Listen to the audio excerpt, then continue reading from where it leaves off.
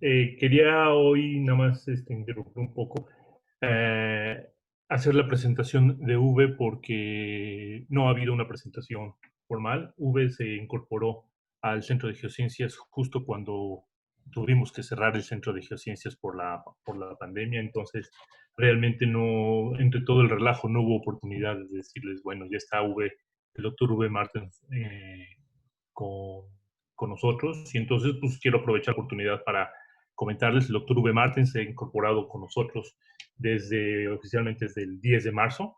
Está incorporado ya con nosotros, aunque como todos nosotros está encerrado en su casa.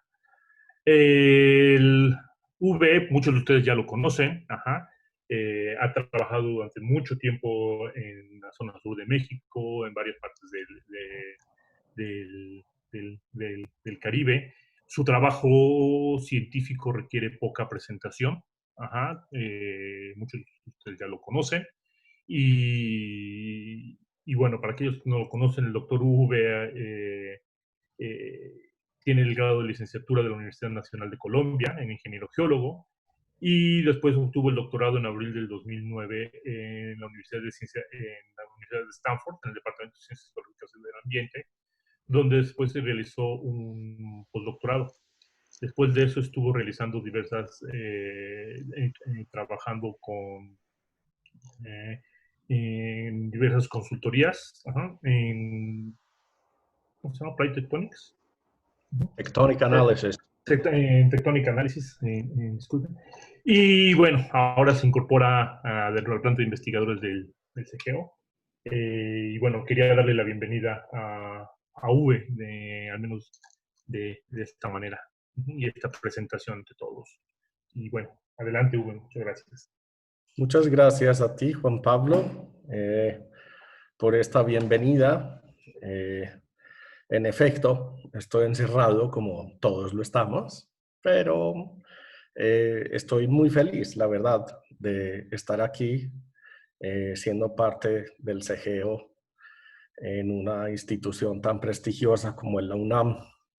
Muy bien, en el día de hoy voy a hablar sobre plataformas carbonatadas en el sur de México y norte de Centroamérica, en el lapso que va desde más o menos el Aptiano, llamémoslo informalmente el Cretácico medio, hasta el Paleoceno, con énfasis en la cuenca Sierra de Chiapas. Y lo que voy a mostrar es una evolución en donde hay una cuenca profunda que va como creciendo hacia el sur durante ese tiempo y en algunas épocas se establece una paleobahía en esta zona. Este trabajo es un trabajo muy geológico de paleogeografía y lo hice en conjunto con María Isabel Sierra, que ahorita pues está en Hermosillo y debe estar viéndonos. Hola María. Y con Germán Martín, un colega de Yachaytec del Ecuador. Bien, en esta figura muestro las unidades que representan plataformas carbonatadas en el sur de México. Y como se observa claramente, la plataforma, digamos, más grande o más expuesta es aquella que en el sur de México se llama Sierra Madre o en Guatemala se llama Cobán, es una y la misma. Y este va a ser, digamos, el enfoque del día de hoy. Entonces voy a mencionar algunos rasgos geográficos y algunos rasgos geológicos y tectónicos que son relevantes para entender bien la charla del día de hoy.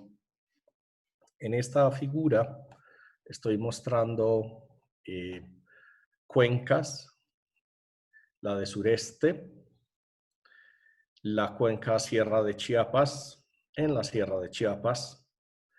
En Petén están las cuencas Petén Sur y Petén Norte. Y la cuenca Petén Norte realmente podría considerarse como la extensión hacia el sur de la plataforma de Yucatán. Sí, de nuevo, ahí hay un límite, digamos, geopolítico, por decirlo de alguna manera. Un rasgo importante es este arco de la libertad. Profundidad la sísmica muestra, digamos, un pliegue, un alto de basamento que hay en esa zona. Y también relevantes aquí son hacia el sur, la falla de Motagua, que es el límite actual entre la falla de Norteamérica y de Caribe hacia el sur.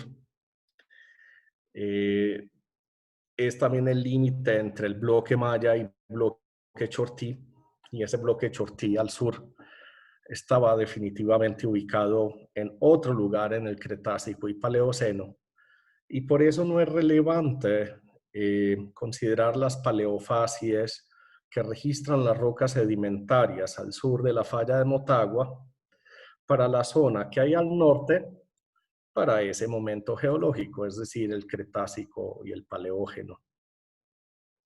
Asimismo, debo hacer notar que solo hay rocas sedimentarias bien preservadas que puedan dar una información ambiental, paleogeográfica, al norte de la falla de Polochic.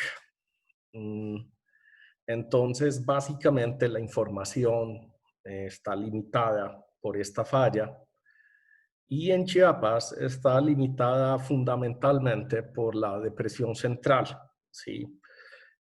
Solo al norte de la depresión central y en la depresión misma hay rocas expuestas que nos dan idea de la paleogeografía. Bien, aquí quiero hacer notar las fallas Malpaso y Tuxtla, que son fallas muy importantes asociadas con esta provincia de fallas de rumbo que hay en Chiapas. Para hacer una reconstrucción paleogeográfica basada en los paleoambientes que representan las formaciones sedimentarias, es imperativo hacer una reconstrucción palinspástica a través de estas fallas o de estas fallas, ¿sí?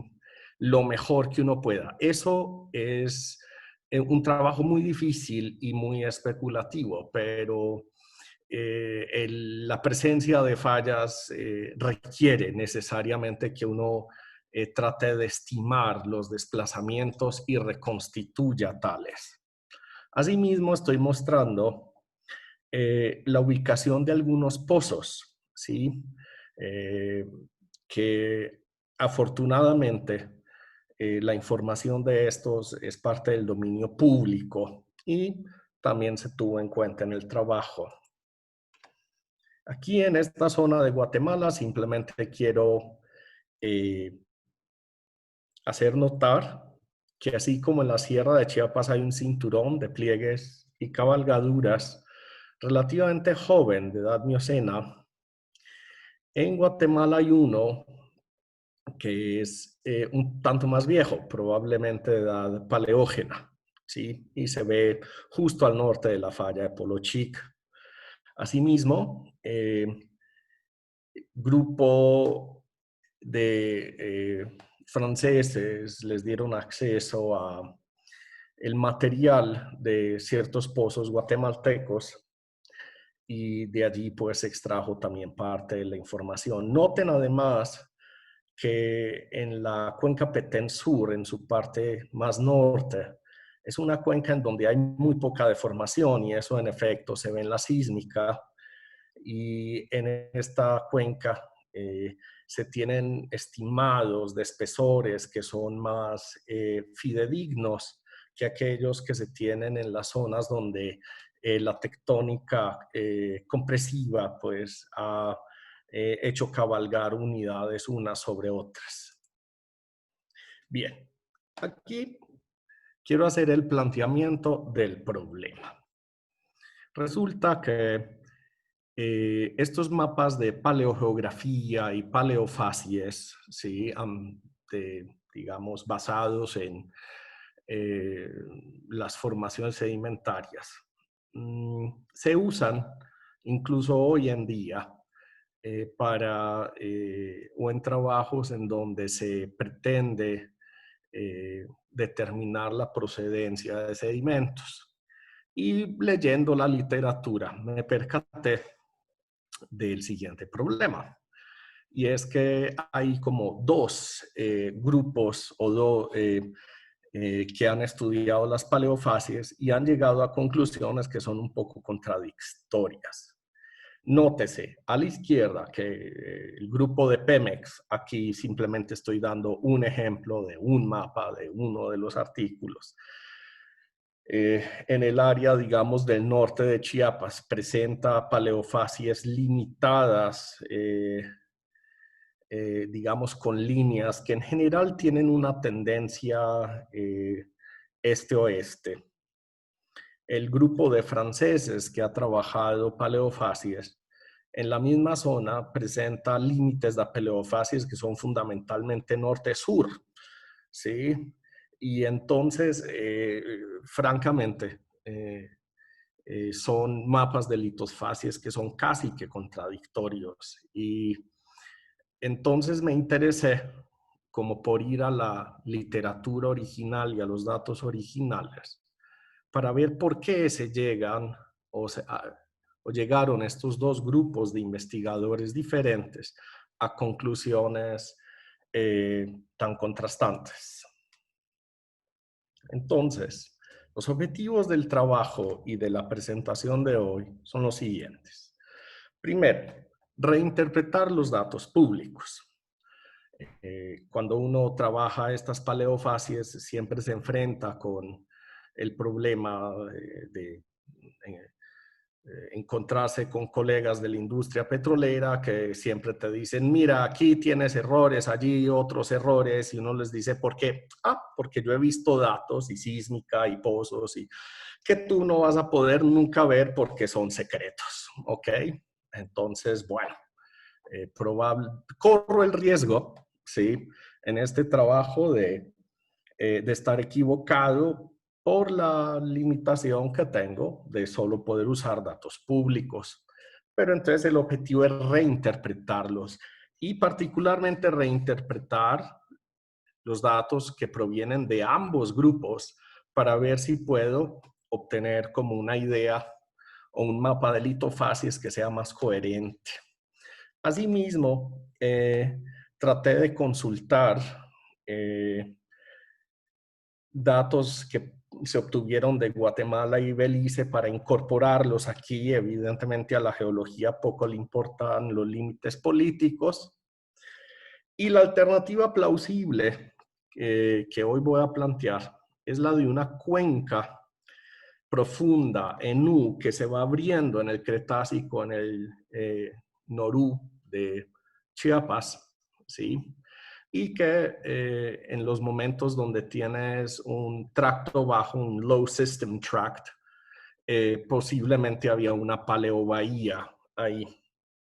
Un último objetivo de la charla de hoy es que me gustaría que me dieran lata, me compartieran ideas, me hicieran preguntas, me sugirieran otras fuentes de información y a lo mejor me sugirieran un término mejor que el de bahía. Ya explicaré por qué este término es problemático, como lo indicó uno de los revisores del artículo. Les cuento que esto lo sometí y recibí hace una semana más o menos los comentarios de dos árbitros y pues debo en próximas semanas enviar una nueva versión.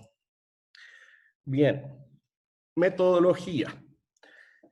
Hicimos una nueva compilación cartográfica. Para México fue basado en los mapas de 250,000. Para Belice tratamos de buscar en la, digamos, literatura de las revistas más petroleras, mapas más actualizados. Se encontraron dos. Para Guatemala, lamentablemente, se sigue usando fundamentalmente el mapa de 1970, aunque para la parte central pues tuvimos mapas más actualizados que compilamos. Y más importante que ello fue lo siguiente. Hicimos una especie de base de datos sencilla, en donde para cada sección que trabajaron los diferentes grupos, para cada piso, se hizo una reinterpretación ambiental con base en litología que estaba reportada, con base en los rasgos paleobiológicos que estaban reportados. Y esta base de datos entonces para cada punto se registró y tenemos pues más de 100 entradas individuales. La idea era deshacernos un poco de las conclusiones e irnos atrás a los datos más crudos para tratar de ser lo más objetivos posible. A la izquierda muestro con los diferentes puntos los pozos y la ubicación de todas las secciones que se lograron compilar en este trabajo. Una de las cosas que notamos al principio, y esto clarificó en parte por qué se llega a conclusiones contrastantes, es que mientras los investigadores de Pemex han trabajado en la parte norte de Chiapas, ¿sí? Noten esta línea gruesa punteada y los rombitos de color amarillo que representan las secciones en las que se enfocó el personal de Pemex para trabajar. Noten también que las variadas publicaciones del grupo de franceses provienen fundamentalmente de secciones que están ubicadas hacia el sur de lo que trabajó Pemex y hacia el este en Guatemala. Entonces, por supuesto, los datos crudos provienen de zonas diferentes, por ende las conclusiones tienen que ser diferentes. Así que aquí lo que tratamos de hacer es integrar todos los datos de ambos grupos en un modelo más coherente. Bien. Yo sé que por la pandemia y por la contingencia hay gente que tiene insomnio. Entonces, quien quiera que le ayude con el insomnio, con mucho gusto le describo esta estratigrafía en absoluto detalle y con todos los nombres hoy a las 9 de la noche y le garantizo que va a ser más efectivo que un diazepam, ¿sí? Permítame entonces primero hacer la siguiente anotación. Lamentablemente, en la literatura, los nombres de formaciones son diferentes para grupos diferentes, son diferentes en cada país, ¿sí? A veces incluso se reconoce con dos nombres diferentes una formación que hace parte de una sola cuenca. Entonces el trabajo de realmente ir a mirar detalle por detalle para tratar de hacer esa correlación o esa traducción. Es que cuando Quesada dice Cantela, Cross dice Sierra Madre y Sambonis dice Cobán, etcétera, etcétera. Entonces, yo no me voy a poner aquí a explicarles a ustedes las equivalencias estratigráficas en detalle, porque francamente es muy aburrido. Pero permítame hacer este truco. Aquí en verde les estoy mostrando las formaciones del Cretácico, que en términos generales representan condiciones de plataforma carbonatada, localmente con evaporitas, ¿ok? Las evaporitas se hacen particularmente importantes en la Cuenca Petén Norte y en Yucatán, ¿sí? Y entonces, básicamente, lo que se tiene es o plataforma carbonatada con muy pocas evaporitas o zonas que reflejan momentos en donde se están acumulando carbonatos y momentos en donde hay mucha salinidad, evaporación e incluso exposición de las plataformas y formación de anhidrita fundamentalmente. Noten además que hay un cambio muy importante del santoniano al campaniano en la nomenclatura. Esto se encuentra en Petén Norte, se encuentra en Sierra de Chiapas, se encuentra en la cuenca de Sureste, ¿sí? Entonces, muy importante aquí es que las facies que representan talud en la cuenca Sierra de Chiapas aparecen más o menos desde el Cenomaniano y se van haciendo más comunes a medida que te vas yendo hacia el Campaniano.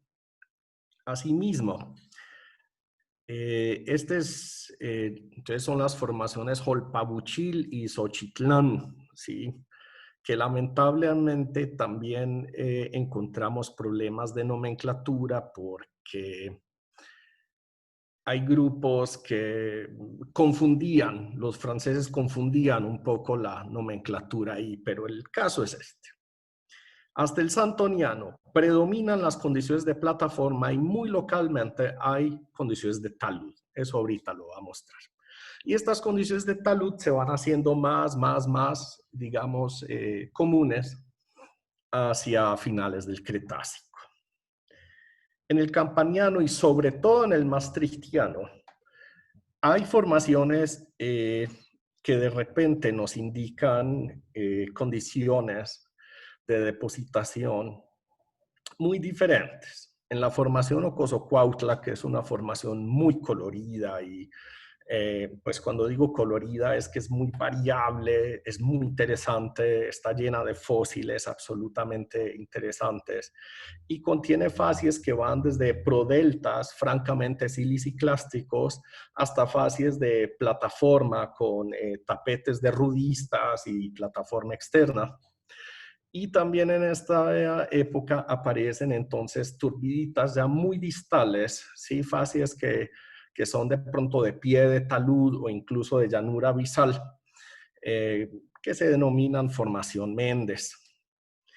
El contacto KPG, evidentemente, expuesto en ciertas partes de Chiapas, expuesto muy bien en Guatemala, expuesto muy bien en Belice, y el único trabajo, pues, en donde se ha trabajado sedimentológicamente de manera formal lo llama formación Actelá al depósito KPG, encima del cual en las diferentes cuencas tienes, de nuevo, continuación de fases de plataforma carbonatada en ciertas zonas y otras zonas que representan turbiditas, taludes y este tipo, digamos, de ambiente. Lo que se llamaba Méndez para el maastrichtiano suele llamarse Nanchital ya en el Paleógeno. Y eso es lo que hay que saber, ¿ok? Básicamente, cómo es la distribución de plataforma carbonatada con mucha evaporación, dónde están las fases de talud, dónde se ubican los pequeños prodeltas que se encontraron y hacia dónde se da los depósitos de pie de talud o ya de cuenca más profunda en el tiempo. Bien. Habíamos hablado de la falla Malpaso y de Tuxtla, porque había que hacer una reconstrucción palinspástica sencilla. Uno lee la literatura y francamente hay muy pocas propuestas del desplazamiento acumulado en estas fallas. Y francamente es difícil obtener puntos para uno ligar geología de manera que uno pueda establecer el desplazamiento. Pero en mi opinión, En la falla de Malpaso, si tú tratas de hacer un ajuste que sea lógico de las formaciones y de las facies sedimentarias que representan, requieres más o menos 20 o 30 kilómetros de reconstrucción, como se muestra de A B. Noten que en esta línea punteada de color rojo en la parte superior, tú no puedes tener un límite de facies sedimentarias en una falla realmente, no. Entonces, ese fue el criterio que usé para hacer la reconstrucción palinspástica lo más sencillo, pues, del mundo. Ahora sí, vamos a ver un poco los nuevos mapas de paleogeografía para Chiapas, Guatemala y Belice. Entonces, cada punto representa una sección o un pozo. En la leyenda se puede notar que un punto azul es plataforma carbonatada. Cuando hay rayitas diagonales, hay vaporitas, ¿sí? El símbolo de color naranja representa las fases de talud y el símbolo de color violeta representa las fases de cuenca profunda, y hay dos símbolos intermedios entre cada una de estas, digamos, este tipo de ambiente sedimentario, ¿sí?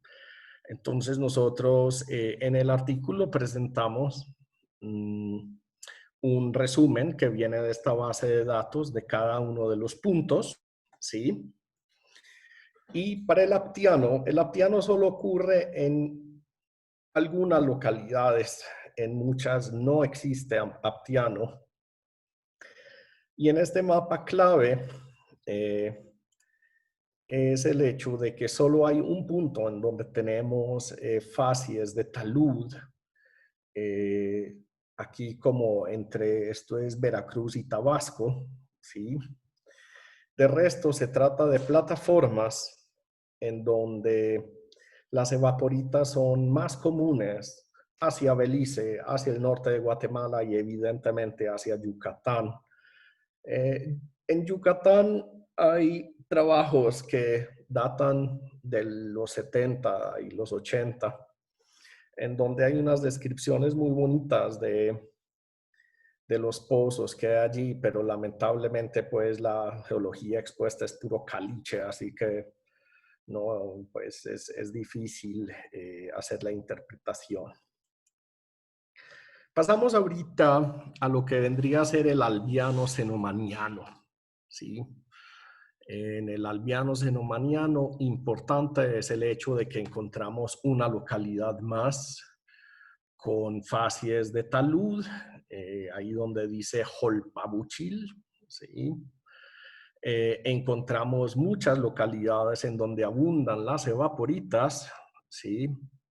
Tal como se ha establecido en la parte cratónica de Yucatán. Teniendo en cuenta las diferencias de espesores, hacia el occidente de Chiapas, los espesores del albiano cenomaniano pueden llegar hasta 1000 metros o más para estos pisos, y en la cuenca Petén Sur son absolutamente espectaculares los espesores que llegan a 2 kilómetros, ¿sí? Por el contrario, en el sur de Chiapas o en el sureste de Chiapas, los espesores indican secciones más condensadas, no erodadas, porque existe la fauna que representa los pisos, pero son secciones en donde aparentemente había menor subsidencia.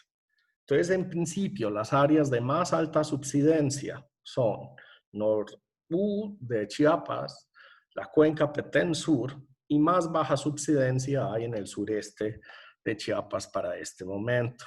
Asimismo, nótese que aquí ya hay fases de talud y que esta cuenca profunda del Golfo de México se va extendiendo hacia el sureste.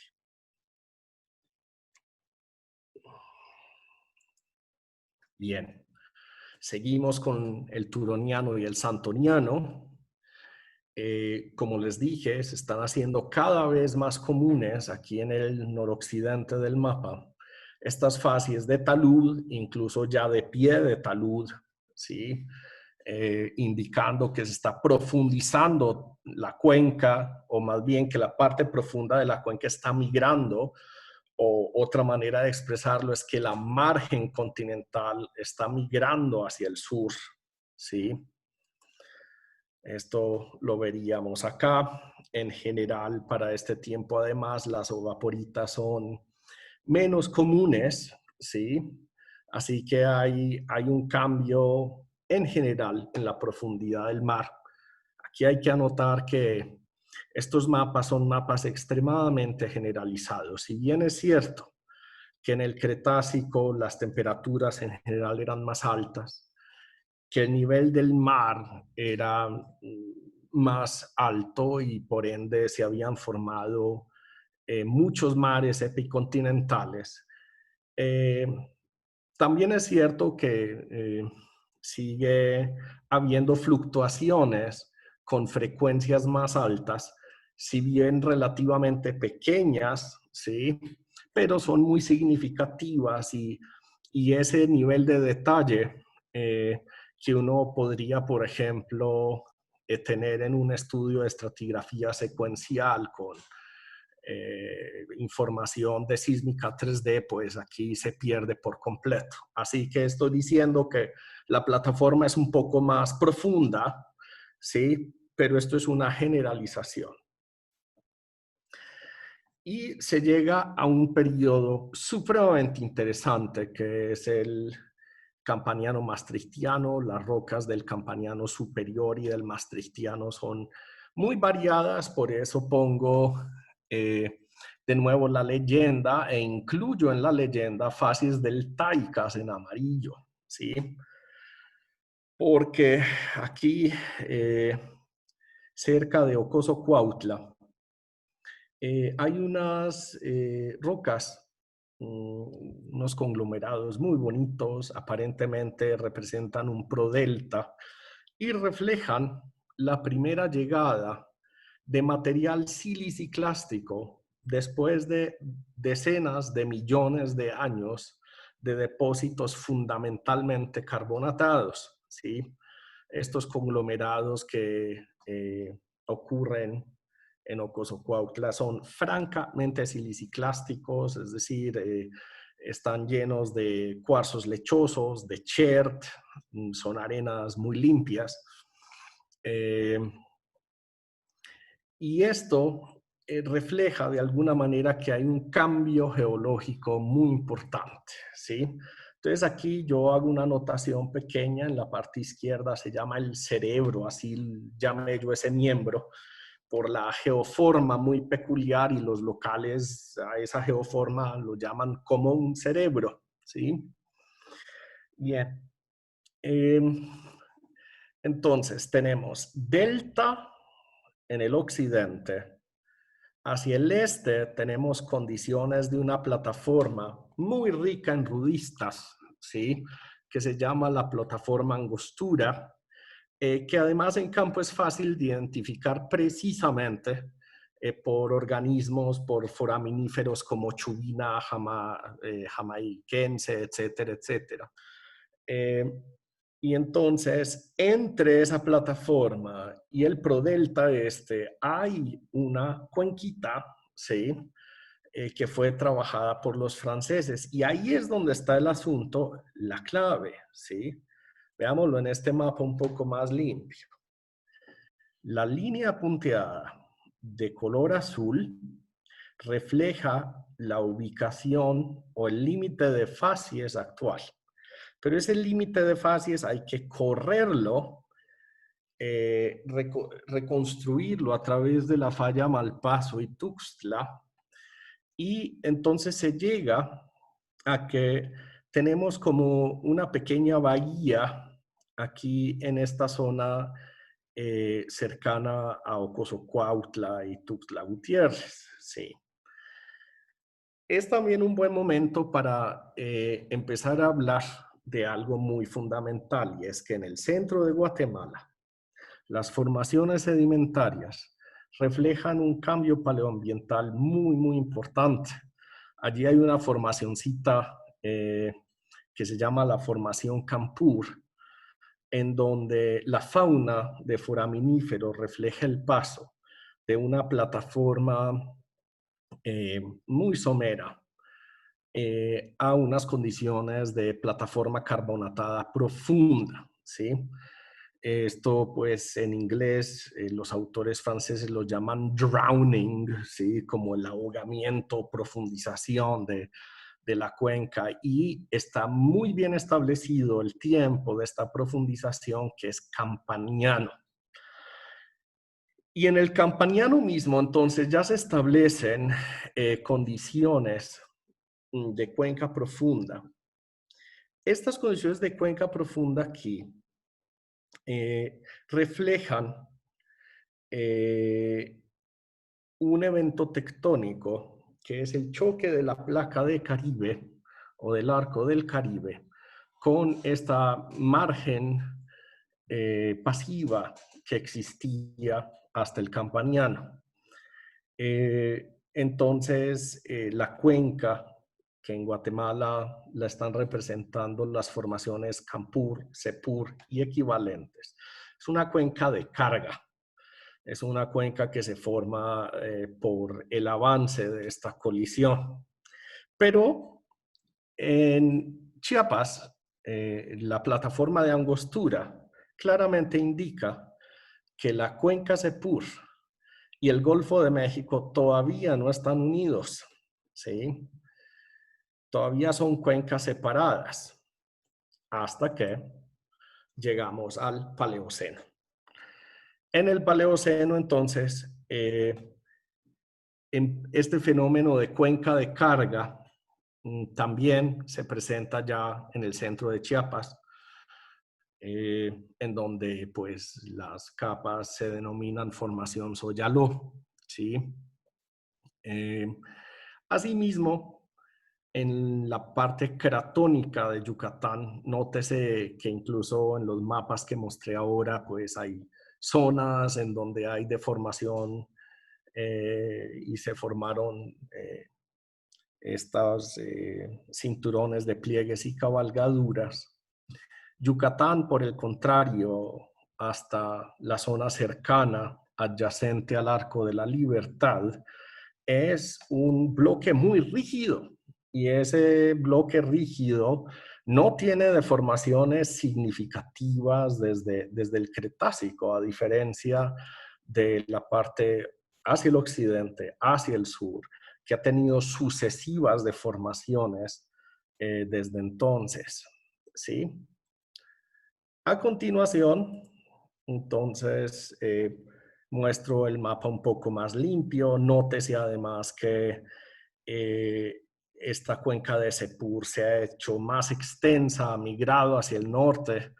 Eso se refleja en el hecho de que la formación Actelá, es decir, las capas asociadas a el impacto de Chicxulub, están francamente debajo de las turbiditas de Sepur en esta zona más al norte, así que se tiene una información sólida mostrando que la cuenca Sepur está migrando hacia el norte. Bien, veámoslo otra vez en una síntesis, ¿sí? Les dije que está la cuenca profunda del Golfo de México, ¿sí? Está Yucatán cratónico, la falla al sur de Motagua. Lamentablemente ahí tenemos que detener el análisis a fuerzas porque la geología que había allí hacia el sur, pues especulativamente sería Jamaica, pero no el bloque Chortí. Entonces, para el aptiano y el albiano tenemos una distribución con una plataforma carbonatada que hacia el este es más rica en evaporitas, hacia el norte, en Yucatán, eso es todavía más cierto, y hacia el suroccidente son condiciones en donde se ve menos sapca, donde se ven menos anhidrita, y va migrando la margen continental un poquitito al sur y hacia el este. Para el turoniano santoniano, entonces, sigue esa migración de esa cuenca profunda y hacia el sur de la margen continental. Y esta migración entonces ya entra y genera como una pequeña bahía ahí en la zona de Ocosocuautla, Tuxtla, que además en un flanco tiene un prodelta y en el otro tiene básicamente, bueno, un prodelta y luego condiciones de plataforma interna hasta plataforma externa, mientras en el centro de Chiapas siguen estas condiciones de plataforma carbonatada desde allí hasta pues toda la península de Yucatán. Y en el Campaniano está bien establecida el hecho de que nace la cuenca de Setur, que se establece ya bien para el Maastrichtiano. Y en el Paleoceno, este fenómeno de colisión del Caribe y generación de cuencas de carga hace que la cuenca de Setur tenga salida hacia el Golfo de México.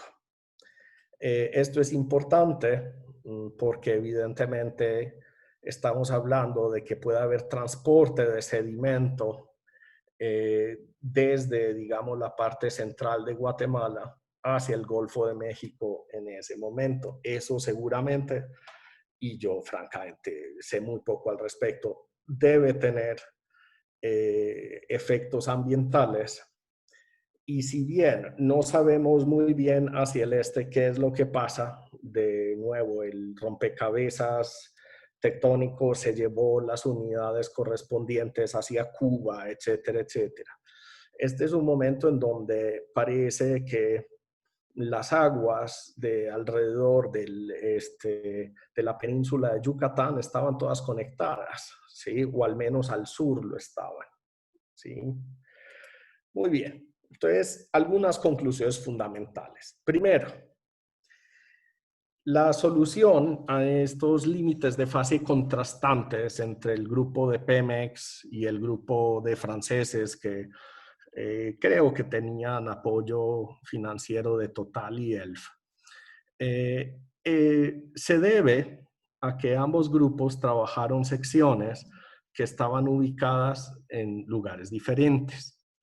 Y entonces, al unir los datos crudos de ambos grupos y de una búsqueda amplia de la literatura, pues nos permite entonces proponer que hay una migración hacia el sur de la margen continental que se establecen como en U condiciones de cuenca profunda, y cuando el nivel del mar está bajo y se exponen ocasionalmente las plataformas, hay localmente en las columnas indicaciones de paleocarsos, etcétera, etcétera, que indican que en efecto había momentos de exposición de la plataforma. Y en esos momentos pues había una paleobahía verdadera en donde seguramente ese límite de la línea de costa venía controlado por esta cuenca en U. Una pregunta obvia es, ¿y cómo así? ¿Y por qué migra la margen continental hacia el sur? Yo creo que la manera de explicar esto está en la tectónica salina. Entonces, tú tienes capas muy espesas, salinas del Jurásico, y estás cargando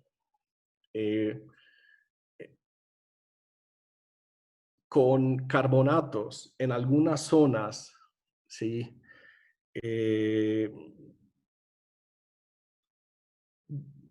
Ocurren hasta 1000, 2000, 3000, 4000 metros de carbonatos. Y el peso de esos carbonatos creo que hace deslizar la sal hacia donde no hay un backstop, no sé cómo se llama eso en español. Es decir, hay una superficie libre hacia el Golfo y por eso cuando cargas la cuenca Sierra de Chiapas con miles de kilómetros de carbonatos, lo que probablemente está ocurriendo es que se desplazan a través de una superficie de despegue controlada probablemente por esta sal jurásica hacia el norte, estos carbonatos. Bien. La cuenca de Sepur tiene un origen diferente, es una cuenca de carga, es una cuenca que se da por la colisión del Caribe con la margen pasiva de Norteamérica. Pero para el Paleoceno, ambas cuencas se unen y entonces tienes una vía de transporte de sedimento desde el norte y desde el sur de Guatemala hacia el Golfo de México. Y un último detalle aquí es que hay algunos autores que dibujan el macizo de Chiapas en el Cretácico expuesto, ¿sí? Y eso lo veo muy difícil porque en ninguna de las consultas que realizamos había evidencia de erosión de material siliciclástico, únicamente hasta el maastrichtiano, y ahí se trata de unas arenas muy ricas en chert, además muy maduras, que sugieren que probablemente se trate más bien de sedimentos silícicos abisales que están siendo erosionados y que fueron traídos por el Caribe y seguramente van hacia el norte. Muy bien. Dejo aquí. He tratado de simplificar al máximo el modelo y, como dije al principio, por favor denme en lata constructiva que lo apreciaré. Muchas gracias. Muchas gracias, Ube. Entonces comenzamos las sesiones de preguntas. Me gustaría que me escriban por el chat si tienen alguna pregunta para yo ir dándoles con un orden la palabra.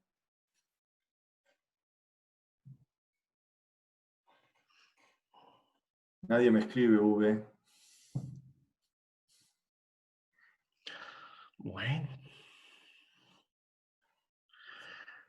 Eso es o muy buena noticia o muy mala noticia. No, estuvo muy bien tu presentación. Pero bueno, esperaba ver que hubieran preguntas por parte del público. Bueno, aquí me dice Lenin Valdés que tiene una pregunta para ti. Así que te cedo la palabra, Lenin.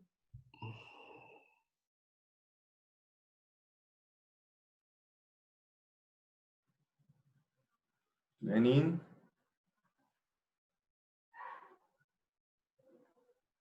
Hola, buenos días. Perdón, entré en otra cuenta. Soy Diana.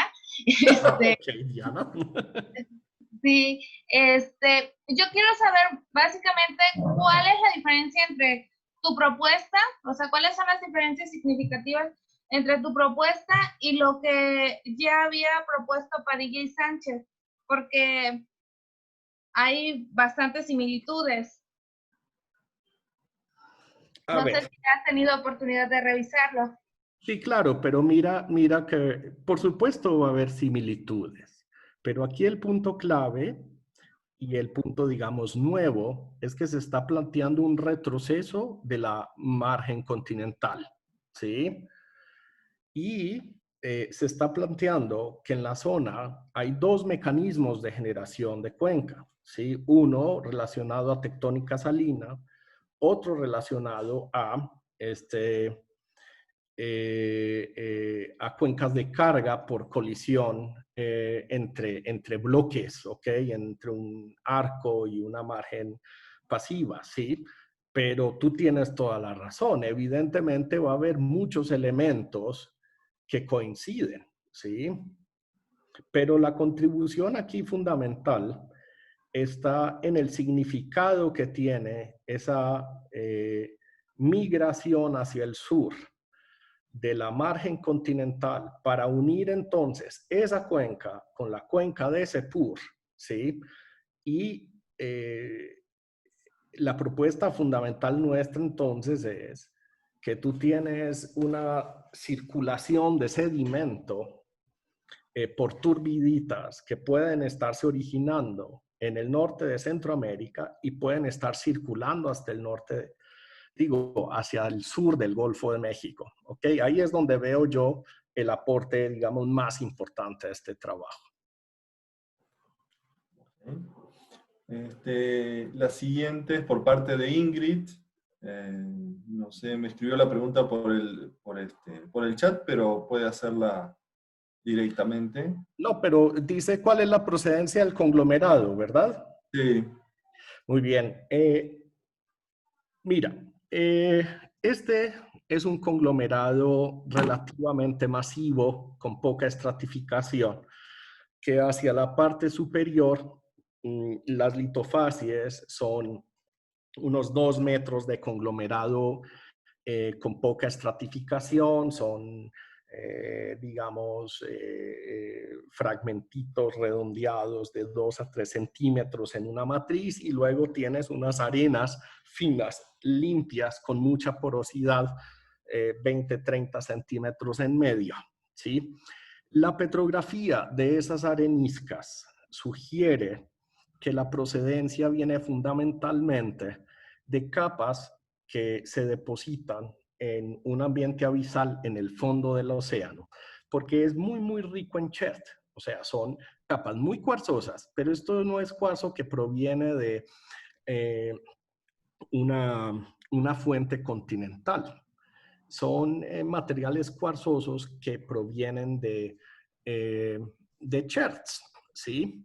Y yo lo que pienso es que tú tienes probablemente lo que te está indicando este conglomerado es que ya cuando se acerca hacia el Campaniano por el sur, el arco del Caribe, ¿sí?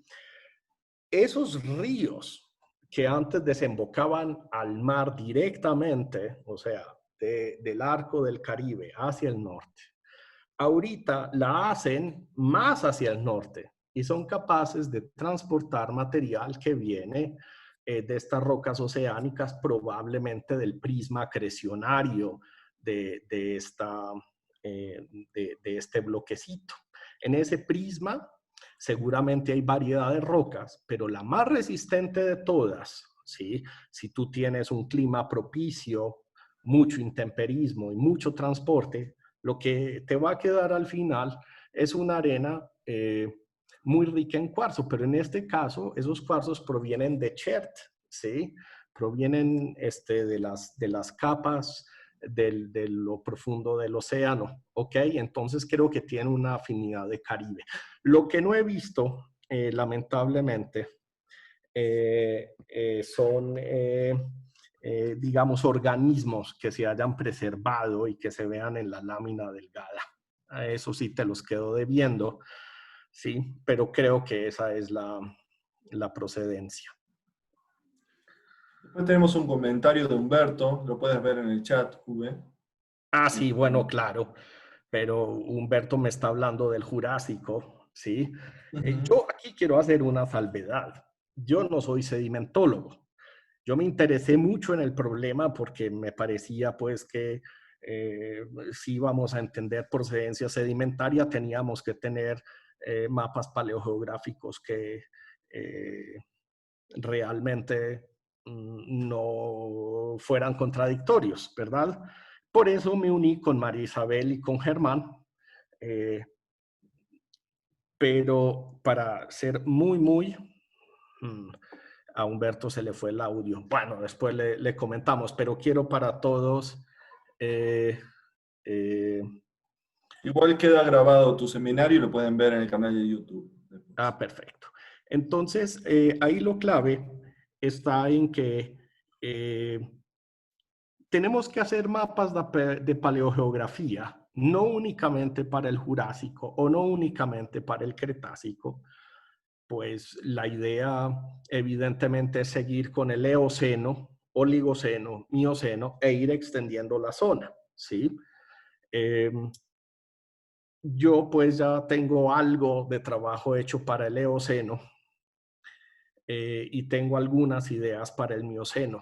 El problema que enfrentamos los geólogos es que entre más te devuelves en el tiempo, más difícil es hacer una reconstrucción paleogeográfica, porque el registro geológico se va haciendo cada vez más pobre, más metamórfico, más intemperizado, menos expuesto y quienes juegan, yo no pues soy un gran reconstructor, pero los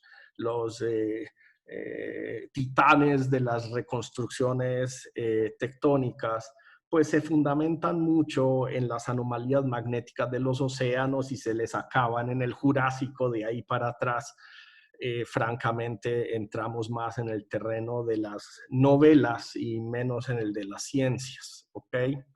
Pero sí, no, pues genial sería extender geográfica y temporalmente estas compilaciones de paleofacies. La siguiente es de Rodrigo Gutiérrez, también la puedes ver ahí en el chat. ¿Qué otras técnicas de procedencia para carbonatos te ayudarían a enriquecer tu modelo? Y la firma de los zircones y otros minerales pesados contribuyen en este contexto tectónico. Eso es una muy buena pregunta. Este es precisamente el tipo de ambiente en donde minerales como los zircones son francamente poco útiles, ¿sí? Entonces, tienes aquí varios problemas si vas a usar zircones. Lo primero es que el magmatismo entre los 120 y los 90 millones de años en Centroamérica y en el sur de México es pobre. Entonces, dejen un momento, pasa un camión. Perfecto. Entonces, ni siquiera hay como pequeñas tefras que te sirvan por lo menos para fechar las capas. Bien. Yo sí he visto, particularmente en la formación Coban, tienes unas pocas capas que podrían ser siliciclásticas y podrían contener zircones. O sea, recuerda que en el Cretácico hay momentos en donde los niveles del mar pudieron haber bajado radicalmente, se pudieron haber expuesto las plataformas, pero de nuevo no es una buena fuente de zircones. Ahora, mucho más útil en carbonatos sería hacer isótopos estables, ¿sí?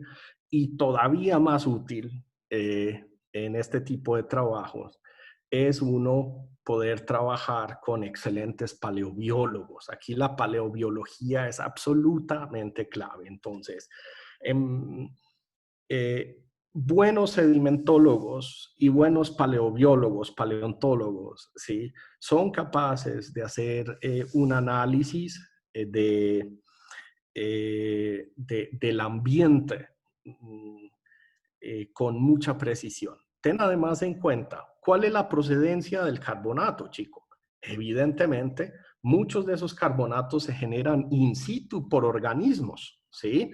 Esos son fábricas verdaderas de precipitación de carbonatos y, por supuesto, se da retrabajo de estos carbonatos en la variedad de ambientes que tú tienes en rampas y plataformas carbonatadas, ¿sí?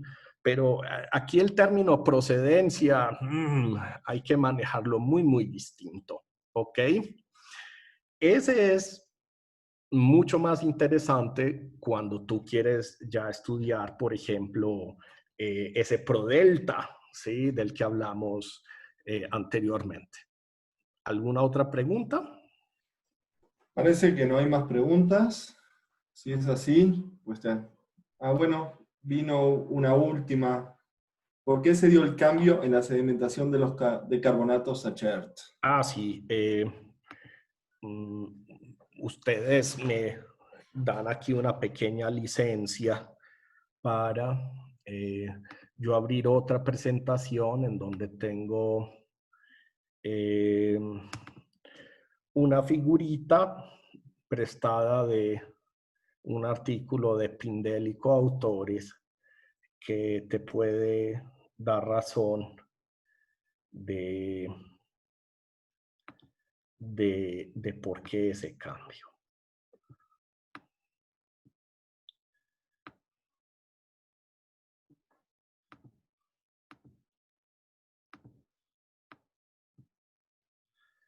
Rayos y centellas. Aquí.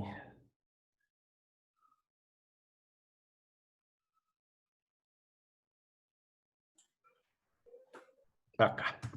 Yo creo que esta nos puede servir. Carambas.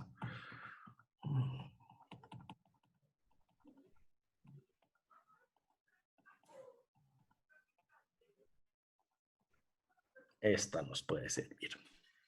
Esta es una reconstrucción ya un poquito vieja, es por allá del año 96 y creo que el Tectonic Analysis ha seguido refinando esto. Entonces, mira, para el maastrichtiano, tú tienes, para que te ubiques, aquí estas líneas rojas son dorsales y fallas transformantes que están abriendo el Golfo de México o que abrieron el Golfo de México. Tienes la península de Yucatán y detrás tienes ya pues desplazándose el arco del Caribe hacia el norte, ¿sí? Bueno, entonces, sin embargo, este arco, unos 30 millones de años atrás, estaba muchísimo más al sur, ¿sí? Y Yucatán era simple y sencillamente parte de una margen pasiva. Entonces, pues tú no puedes telescópicamente traer sedimentos del arco, hacerlos pasar por una zona de océano abisal y luego emplazarlos en una plataforma, ¿verdad? Entonces, ¿cuándo es que se da el cambio de carbonatos ya a material siliciclástico? Es en el momento en el que comienza la colisión de este arco y empiezas a tener fuentes hacia el sur. Por la colisión tienes elevación, tienes zonas que ya francamente presentan erosión y puedes transportar por ríos que en términos generales van de sur a norte, ¿sí? Material clástico que antes no existía. ¿Cuándo está expuesto el macizo de Chiapas y qué evento lo exhumó? Muy bien. Eso es harina de otro costal, pero te lo sé responder. Mira, si tú vas a Chiapas, vas a notar que fragmentos de rocas que tienen el aspecto de haber procedido del macizo de Chiapas las hay en el Mioceno, ¿sí? Sin embargo, cuando estudiamos la petrografía de las rocas eocenas y de las rocas del Paleógeno, este tipo de material granítico es escaso. Sí lo hay, pero es escaso, es muy local. Entonces, en mi opinión, el macizo de Chiapas se empieza a denudar en el Oligoceno. Este es también el tiempo en donde hay en el norte del bloque Chortí metamorfismo. Nota que el bloque Chortí va migrando, pero además está este grupo, las ovejas, que contiene o que refleja condiciones metamórficas. Y yo pienso que es una pequeña orogenia oligocena, ¿sí? Y antes de eso, hay indicios de que a partir del Paleoceno he encontrado rocas que son arcosas, que claramente sí provienen de una roca continental, pero lamentablemente de esas muestras aún no he hecho circonología detrítica para realmente probar que son rocas permicotriásicas como las que predominan en el macizo de Chiapas. ¿Ok?